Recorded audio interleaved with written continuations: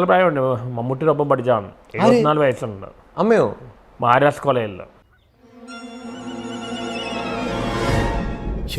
പ്രായമുണ്ട്. മമ്മൂട്ടിയുടെ ഒപ്പം പഠിച്ചാണ്. ഉറക്കത്തിന് എന്തൊക്കെയാടാ ഈ കാണിച്ചു കൂട്ടുന്നേ?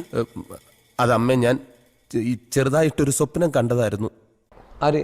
നാദിർഷ. എന്റെ ഫാദർ വർക്ക് ചെയ്ത കമ്പനിയിൽ ജോലി ചെയ്ത ആളാണ്. ഓ, ഇതേ പ്രളയത്തോടെ ആക്ടർ ജഗദീഷ് പോയിക്കൊണ്ടിരുന്ന. എന്നിട്ട് എന്തുകൊണ്ട് അയാൾ എന്നോട് പറഞ്ഞില്ല? പുള്ളി പ്രൊഫസറിലായിരുന്നു. അതിന് പുള്ളി കുറെ കോമാളി വേഷം ചെയ്ത് കോമാളി ഇമേജ് ആയിരുന്നു. പുള്ളിയോട് ഞാനാ പറഞ്ഞത് ഈ ഇമേജ് ഒന്ന് മാറ്റണമെന്ന്. ഞാനും പെരേരനും അത്ര മോശക്കാരൊന്നല്ല. ഞങ്ങളുടെ കേരളത്തിൽ മാത്രമല്ല, ലോകത്തിലെ സ്മാർട്ട് ഫോൺ ഉപയോഗിക്കുന്ന ഓൾമോസ്റ്റ് എല്ലാ മലയാളീസിനും അറിയാം. എന്നെ കൊല്ലാതിരിക്കാൻ പറ്റുമോ? സിനിമാക്കാരെ തന്നെ പല വീഡിയോ അവർക്ക് തന്നെ, കാരണം ഇപ്പോൾ വനിതാ തിയേറ്ററിൽ ഞങ്ങൾ വരുമ്പോൾ ഞങ്ങൾ പുറത്താക്കൽ കാരണം അതാണ്. അവിടെ വരുമ്പോൾ മീഡിയയുടെ ഫോക്കസ് ഞങ്ങളിലേക്ക് വരികയാണ്.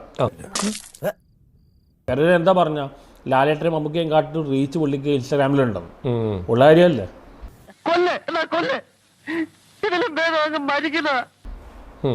ഇപ്പൊ സോഷ്യൽ മീഡിയ സെലിബ്രിറ്റീസ് ആണ് ഏറ്റവും വലിയ സെലിബ്രിറ്റീസാ പോപ്പുലാരിറ്റി ഉള്ളത്. പിന്നെ സംഗതി കുഴപ്പത്തിലേക്ക് നീങ്ങിക്കൊണ്ടിരിക്കുക. പറഞ്ഞു കേട്ടിടത്തോളം ഇയാൾ ആളൊരു സൈക്കോ ആണ്. പക്ഷെ ആദ്യകാലത്ത് നമ്മൾ റിയാക്ട് ചെയ്യുന്നത് എന്തുകൊണ്ടാണ്? ഈ ആൾക്കാർ ഒരുപാട് പ്രശ്നങ്ങൾ ഉണ്ടായിട്ടുണ്ട്, ഒരുപാട് ഇഷ്യൂസ് ഉണ്ടായിട്ടുണ്ട്. എസ്പെഷ്യലി ഈ 2K കിഡ്സ് നമ്മളെ ഇങ്ങനെ അവർ ഊക്കൽ നമ്മുടെ ഫോട്ടോ എടുക്കുകയും ചെയ്യും, ഊക്കുകയും ചെയ്യും. സ്വാഭാവികം. അങ്ങനത്തെ ആൾക്കാരാണ്.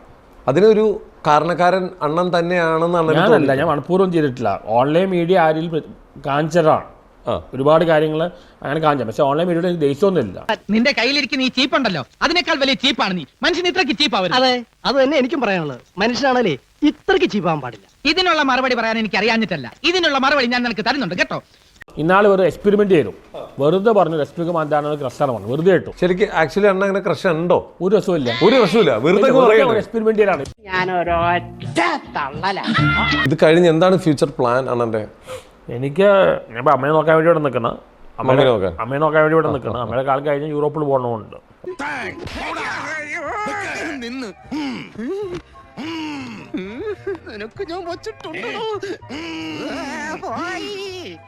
എന്നാ ഞാൻ ഇറങ്ങട്ടെ.